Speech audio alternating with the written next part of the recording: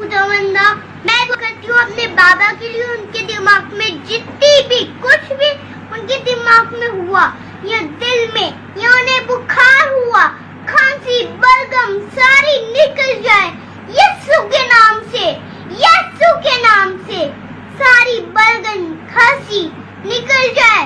खुदावंद, ये बिल्कुल ठीक हो जाए। मुझे अपने बाबा चाहिए। वो पहले मेरे साथ कितना खेलते थे, कितनी मेरे साथ बातें करते थे, मुझे वैसे इसी टाइम फौरन मुझे वैसे ही बाबा चाहिए जैसे वो पहले ठीक थे। खुदावंद, प्लीज मेरे बाबा को ठीक करना।